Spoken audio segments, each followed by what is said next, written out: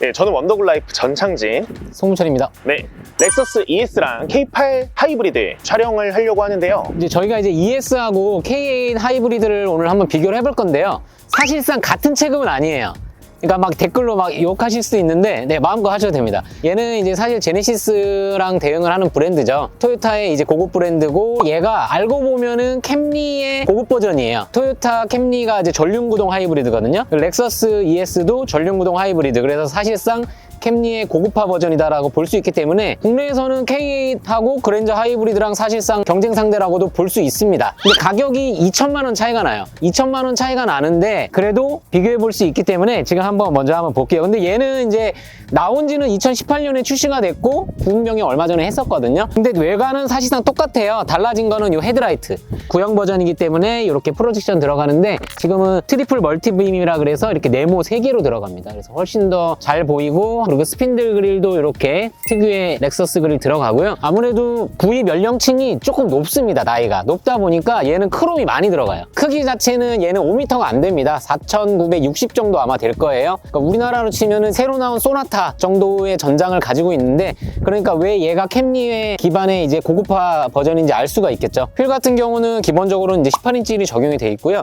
얘는 럭셔리 트림인데 지금은 럭셔리 플러스로 바뀌었어요. 그리고 위에 이제 트림이 있고 뭐 F 스포츠가 있는데, 그래도 일반적으로 많이 구입하는 트림이라고 보시면 되고, 럭셔리 플러스는 한 6,600만 원대라고 보시면 됩니다. 뒤에 보시게 되면은 렉서스가 사실 L자를 좋아해요. 당연히 이제 이 렉서스 마크가 L의 상징이기 때문에 여기 보시면 L자 형태로 이렇게 테일라이트가 돼 있고, 근데 이제 한 가지 아쉬운 점은 후진등이나 이제 테일램프는 다 LED인데 얘가 깜빡이가 벌브예요. 그러니까 전구죠. 사실 해외에서는 크게 상관은 없는데 우리나라 고객분들은 고급차의 이 깜빡이 벌브형, 전구형 안 좋아합니다. 그래서 그런 부분은 조금 아쉽지만 시인성에서는 전혀 문제가 없어요. 오히려 번호판 요 밑으로 방향지시 들어가는 거 요새 많이 싫어하시는데, 그거보단 차라리 전구형이더라도 여기 있는 게 낫다, 저는 이렇게 생각을 하고요.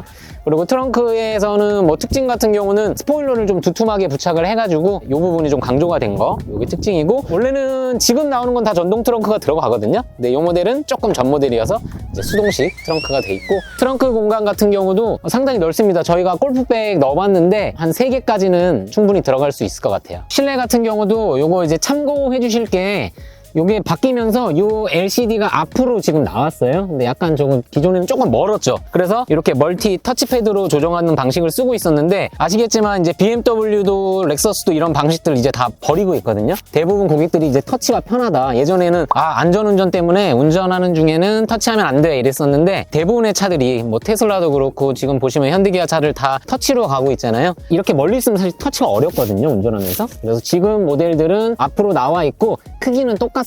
12.3인치가 중앙에 들어가 있고, 베젤이 넓은 게 조금 어색하긴 한데 이렇게 아날로그 장식도 들어가 있고, 그래서 실내 디자인은 조금 보수적이다 이렇게 볼 수 있고요.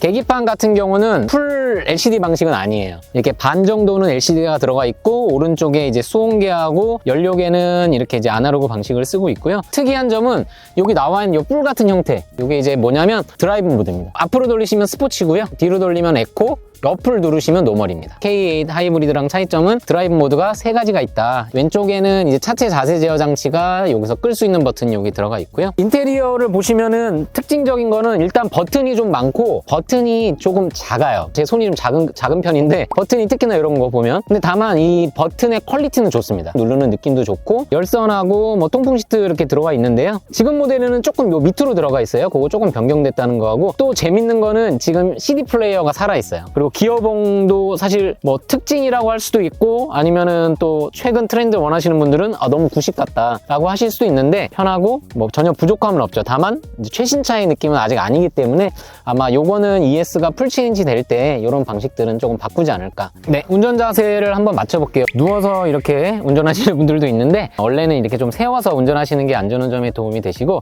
그리고 팔을 딱 뻗었을 때 이 팔목, 손목이 이 핸들에 딱 얹혀지는 정도가 적당한 정도라고 보시면 돼요.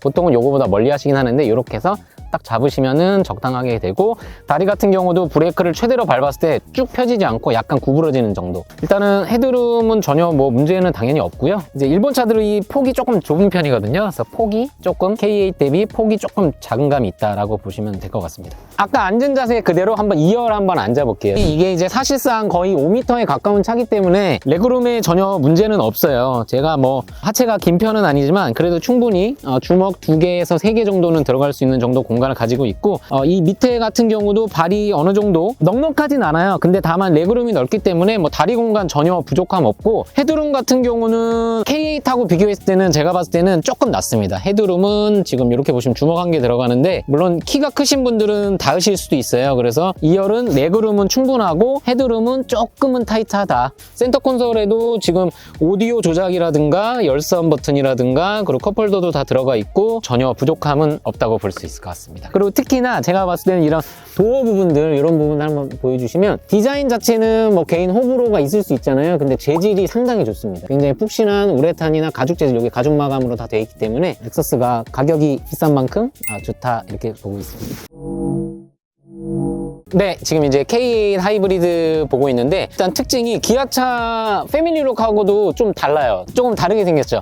그래서 사실상 매니아 분들이 많습니다. 너무 K8 좋다, K8 사고 싶다라고 하는 제 주변에도 좀 많거든요. 특징적인 거는 조금 마른 목골을 많이 썼어요. 그래서 보시면은 그릴도 그렇고, 데일라이트 같은 경우도 자세히 보시면은 마른 목골로 연결이 다 돼 있고, 여기에 이제 웰컴 라이트랑 깜빡이까지 다 들어가 있고요. 측면을 보시게 되면은 아까 렉서스랑 보셨겠지만 길이가 일단 깁니다. 5m가 넘어요. 하이브리드 휠은 이제 뭐 더 큰 휠도 있지만, 하이브리드에서는 이 18인치 휠이 제가 봤을 때는 뭐 승차감이라든가 연비를 동시에 잡으시려면 이게 좋고요. 난 연비가 가장 중요하다 하시면은 뭐 트림에 따라 다르지만 17인치 휠을 선택하시는 것도 괜찮습니다. 이 모델은 이제 시그니처 트림이거든요. 시그니처 같은 경우는 특징적인 게 방향 지시등이 다이나믹 턴 시그널이 들어가 있어요. 시퀀셜 방식이라고도 하고 순차 점등이라고도 하는데, 기본형 트림에서는 안 들어가 있고 옵션으로 넣으셔야 된다는 거.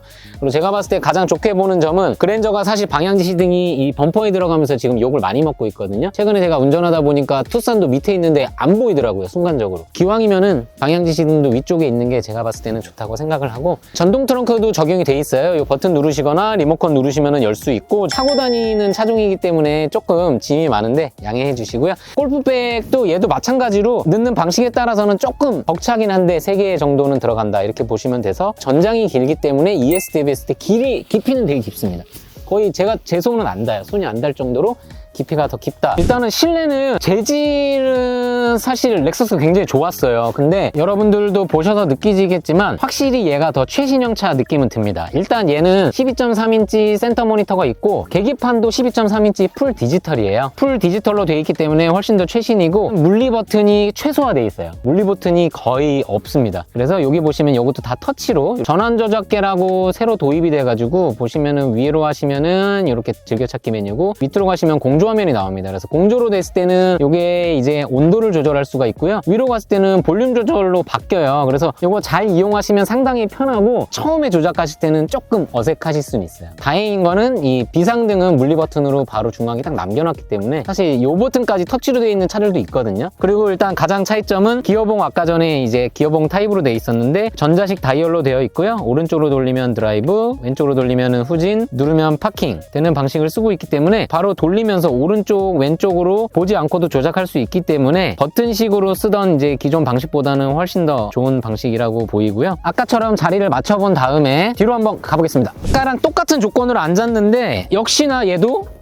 3개 가까운 주먹이 들어갑니다. 물론 뭐 다리 길이에 따라 다르겠지만 일단은 충분하다. 180 넘는 분이 타도 웬만하면은 다리 공간은 부족하진 않아요. 헤드룸 같은 경우는 아까는 이제 하나 정도 있었거든요. 지금 보시면은 1개에서 조금 남습니다. 1개 반 정도. ES보다는 조금 더 높다. 폭! 지금 일단 아까 말씀드린 대로 토요타나 일본 차들은 이 폭이 좁거든요. 그래서 폭이 넓기 때문에 일단은 전반적으로 지금 레그룸, 헤드룸, 숄더룸 모든 부분에서 ES보다 조금 더 여유롭다.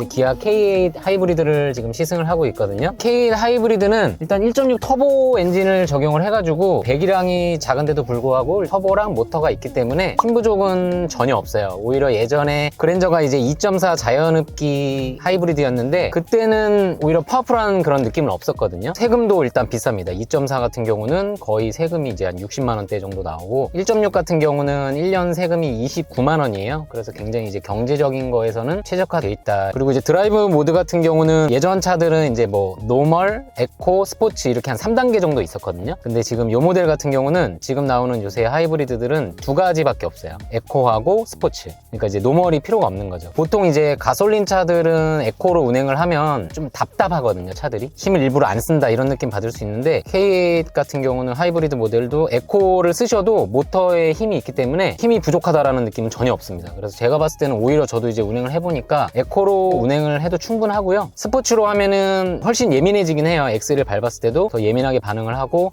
좀 더 튀어나가는데 대부분 분들은 아마 에코로만 운행을 하셔도 뭐 괜찮을 것 같아요. 패들 시프트도 달려있는데 팁을 드리면은 오른쪽 왼쪽 헷갈려 하시는 분들이 많거든요. 엑셀하고 브레이크 개념하고 똑같습니다. 왼쪽이 속도를 줄이는 방향이고 대부분 차들은 오른쪽이 이제 가속을 하는 그런 쪽의 패들 시프트라고 보시면 되고요. 실장님이 우선 한 차량을 40대 정도 구입해 보셨잖아요. 네. 국산차 중에 순위로 따지자면은 몇 등 정도가 될까요? 제가 봤을 때 일단 뭐 스포티한 거나 뭐 고급감이나 이런 걸로 따졌을 때 뭐 딱 최고다 할 수 있는 건 아닌데 이제 전반적인 거를 따졌을 때는 최상급 차량이라고 할 수 있을 것 같아요. 뭐 실용적인 면하고 이제 승차감 거기다가 유지비까지 제가 봤을 때는 이제 두루두루 만족할 수 있는 차가 아닐까 싶고요. 국내 도로 환경이 사실 그렇게 막 뻥 뚫리는 도로가 아니잖아요. 요새 카메라도 많고 그러다 보니까 속도를 이렇게 파워풀하게 내거나 뭐 코너링을 굉장히 과격하게 할 수 있는 상황이 많이 없는데 일반적인 이런 시내나 국도 이런 간선도로에서는 성능 일단 충분하고요. 거기에 공인연비가 지금 뭐 휠에 따라서는 이제 18km까지 나오거든요. 이 차는 지금 이제 18인치가 적용되어 있기 때문에 한 복합연비 17 초반 보시면 되는데 잘 타시는 분들은 20km도 넘게 나옵니다. 연비가 20km 이상도 나오고 사실상 얘가 5m가 넘거든요.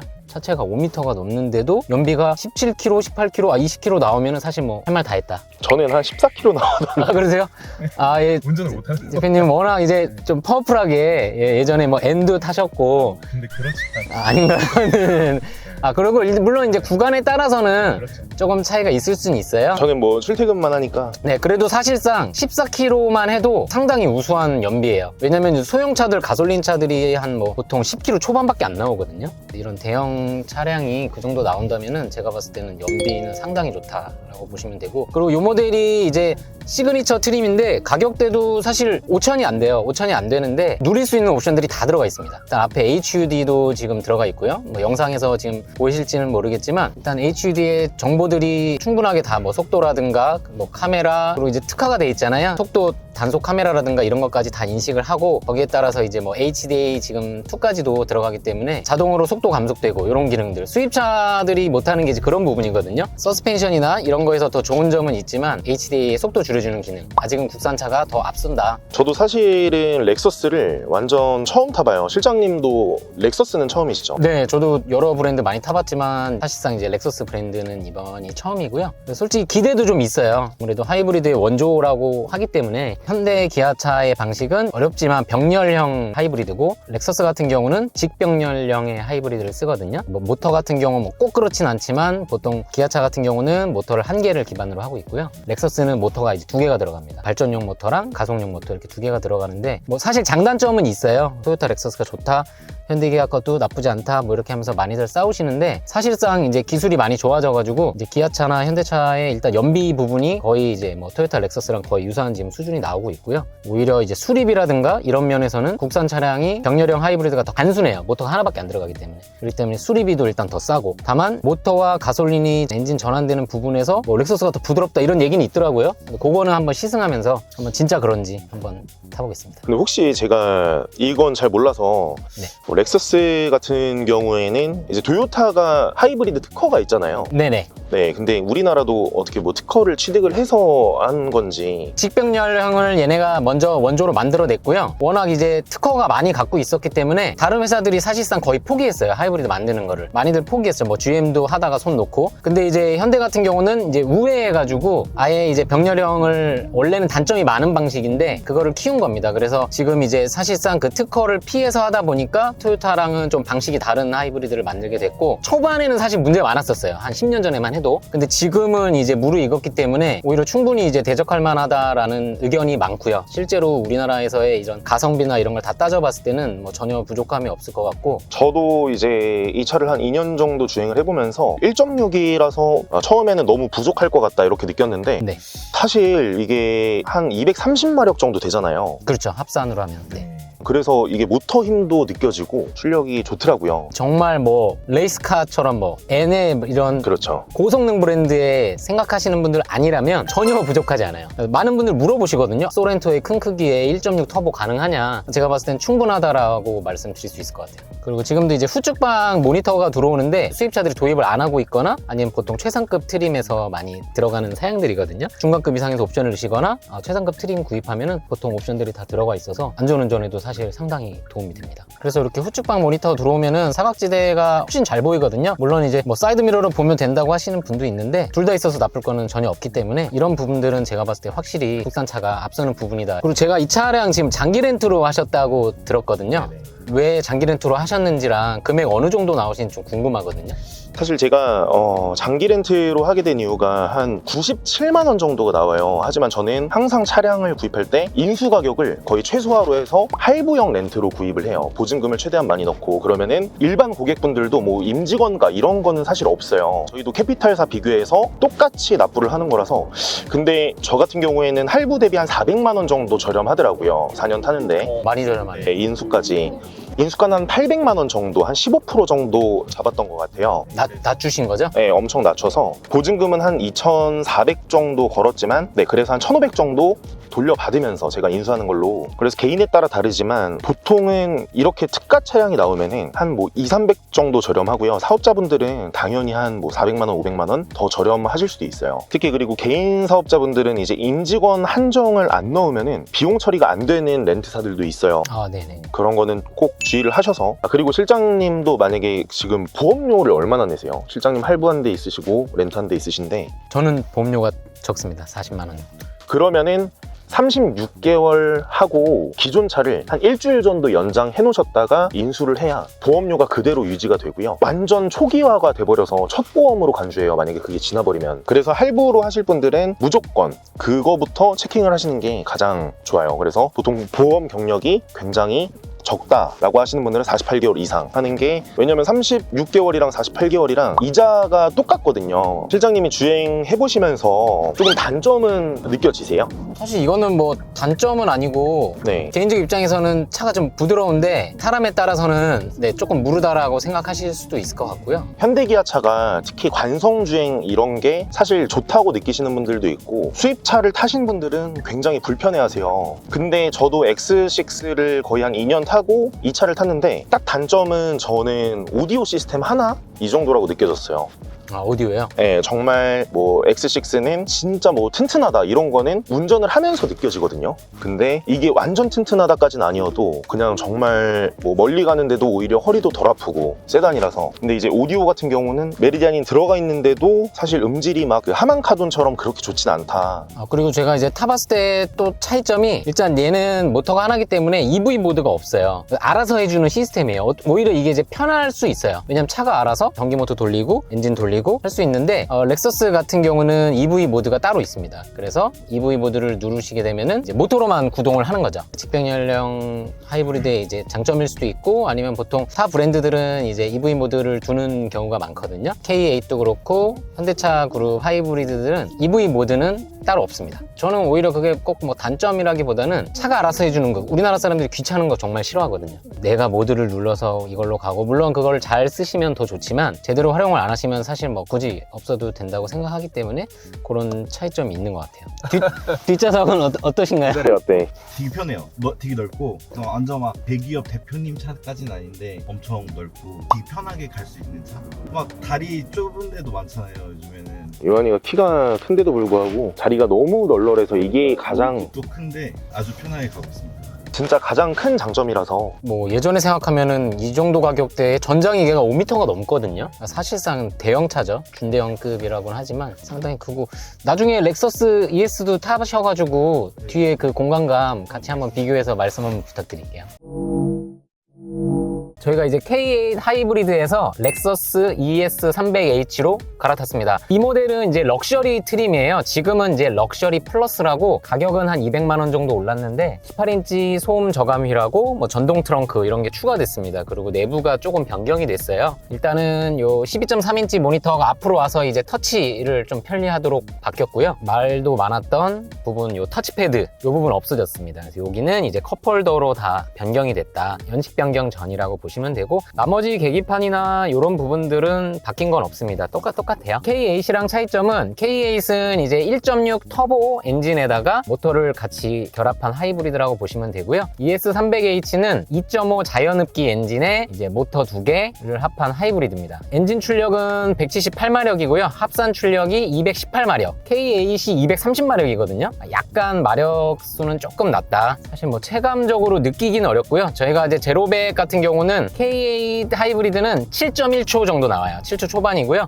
ES300H는 8.1초, 8초 초반입니다. 제로백상으로는 1초가 느려요. 근데 ES를 사는 분들은 대부분 속도라든가 가속도를 원해서 사신다기보다는 이제 정숙성이라든가 이런 부분들, 연비 부분을 고려하셔서 많이 사시기 때문에 뭐 크게 상관은 없을 것 같습니다. 그리고 이제 K8 탈 때 말씀 잠깐 드렸는데 방식이 다르거든요. 현대기아차 하이브리드는 병렬식 하이브리드고 얘는 직병렬식 하이브리드입니다. 그래서 모터가 일단 2개 들어가는데, 모터가 2개 들어간다고 직병렬식은 아니고요. 모터가 NX 모델 같은 경우는 3개가 들어가요. 근데 보통 일반적으로 이제 병렬식은 하나를 주로 쓰고 직병렬식은 2개 모터를 쓰거든요. 특징적인 거는 하나는 이제 모터가 구동을 전담하고 하나는 이제 충전을 담당하기 때문에 EV 모드가 있어요. 여기 보시면 EV 모드가 있습니다. 하이브리드 차들은 EV 모드가 따로 없는데 얘는 EV 모드가 있기 때문에 EV 모드를 누르게 되면은 이제 모터로 대부분 구동을 한다, 이렇게 보시면 될 것 같아요. EV 모드를 누르고 달려봤을 때는 사실상 그냥 전기차죠. 이제 모터로만 계속 가기 때문에 전기차 같은 느낌을 받을 수가 있고요. 뭐 E클래스나 5 시리즈 같은 경우는 풀 하이브리드가 없잖아요. 그래서 아무래도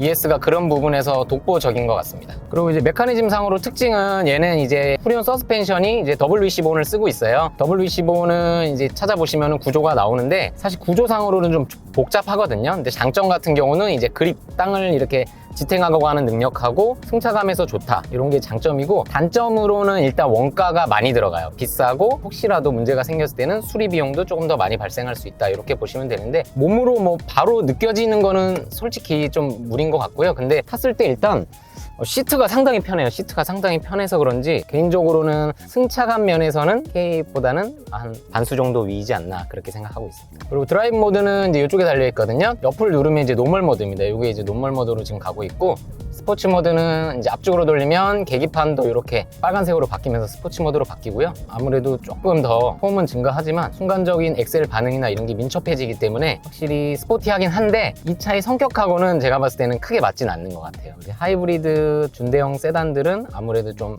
편안함을 위주로 생각하기 때문에 스포츠 모드는 있다 하지만 뭐 크게 제가 봤을 때는 많이 쓰시진 않을 것 같고, 뒤로 돌리면은 에코 모드거든요. 에코 모드로 갔을 때는 어떤 느낌인지 한번 운행을 해보겠습니다. 뒤에 승차감은 어떠세요? K8도 타봤는데 확실히 소음이 없어요. 소음이 없는. 뒤에서도 똑같이 느껴지시네요. 네.